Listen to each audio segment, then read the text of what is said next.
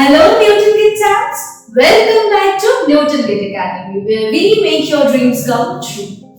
So I am back with a new chapter of class 7 CBSE science, that is the transportation in plants and animals. Do you know what is transportation in plants and animals and why transportation is important? As we also use transport system for going one place to the another place, so plant and animals also use this transportation for transporting their food, minerals and other particles, even the excretory products also.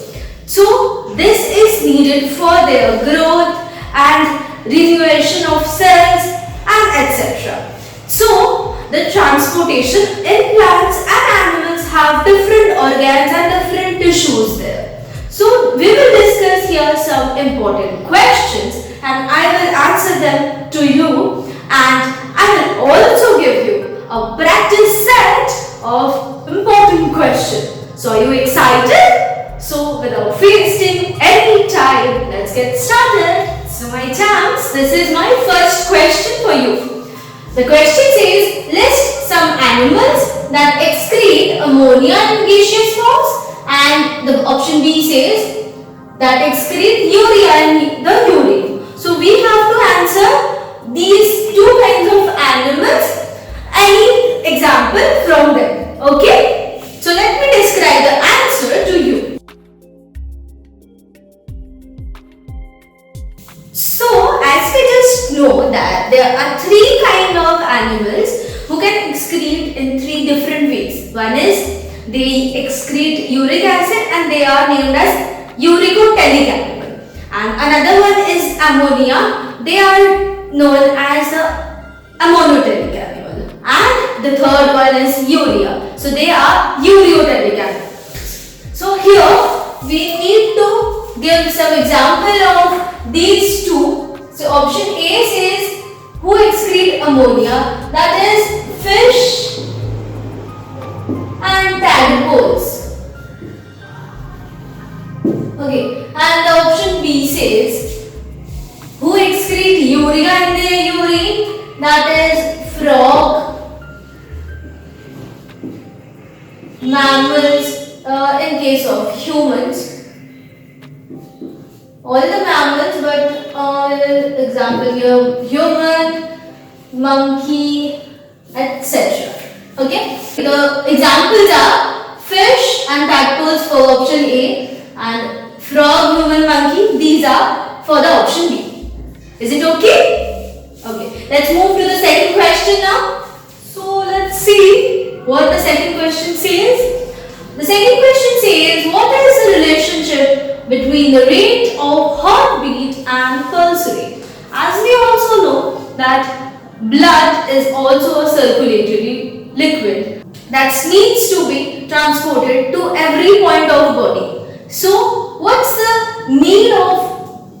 the relationship of heartbeat and pulse rate? We will discuss now. So the rhythmic contraction and relaxation of the heart muscles of heart is called the heartbeat. Okay. Whereas, in the other hand, the rhythmical throbbing of arteries as the blood passes through them is called as the pulse rate. So, this is the interrelationship or the relationship between heartbeat and pulse rate. Is it clear, my students? Okay. So, let's move forward to our next question. That's the third one. Okay. So, in the first two questions, we have discussed about the transportation in the animals. And now we will discuss some transportation in the plants. So this question, the third question says, why plants absorb a large quantity of water from soil and then give it off by the process of transpiration. So this is an important and very interesting phenomenon. Let's discuss the answers. The answer will be like this, that plants absorb a large quantity of water from the soil because they need nutrients which are dissolved in the water. So the excess water that evaporates through the stomata that is present on the leaf surface by the process of transpiration. So that is the reason why plants absorb more and more water from the soil, and then the excess water gets eliminated by the process of transpiration. Is it okay and clear to you, students? If not, you can ask me in the comment section. Okay, so let's move forward to the next question, to the fourth question. Okay, so this is the fourth question that says, how is transpiration and translocation different from each other? In the previous question, we have just came to know about the concept of transpiration. So how it is different from translocation, we will know in this discussion. So here are some basic difference between transpiration and translocation.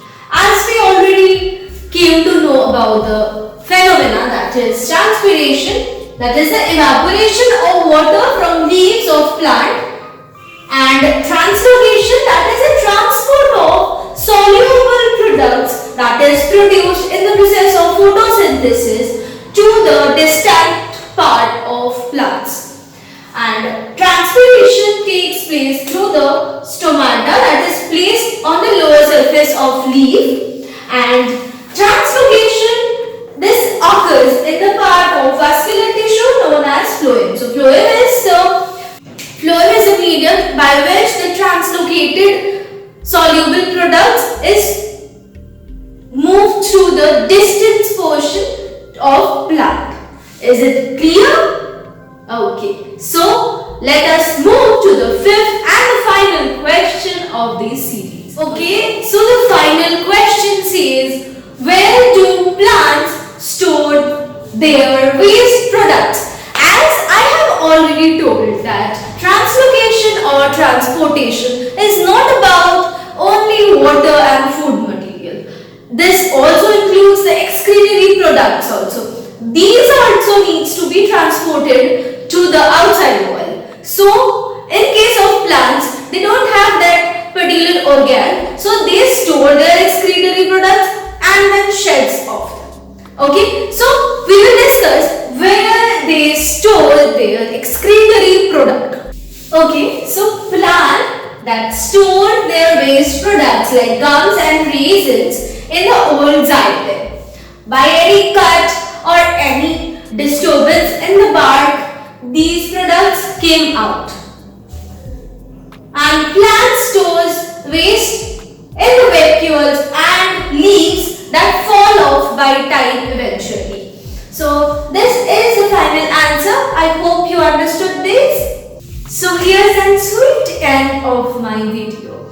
I have discussed 5 important questions with you, and after this I will add some practice sets with you. Okay, so you will solve them and ask me if you have any doubt while answering any of the questions.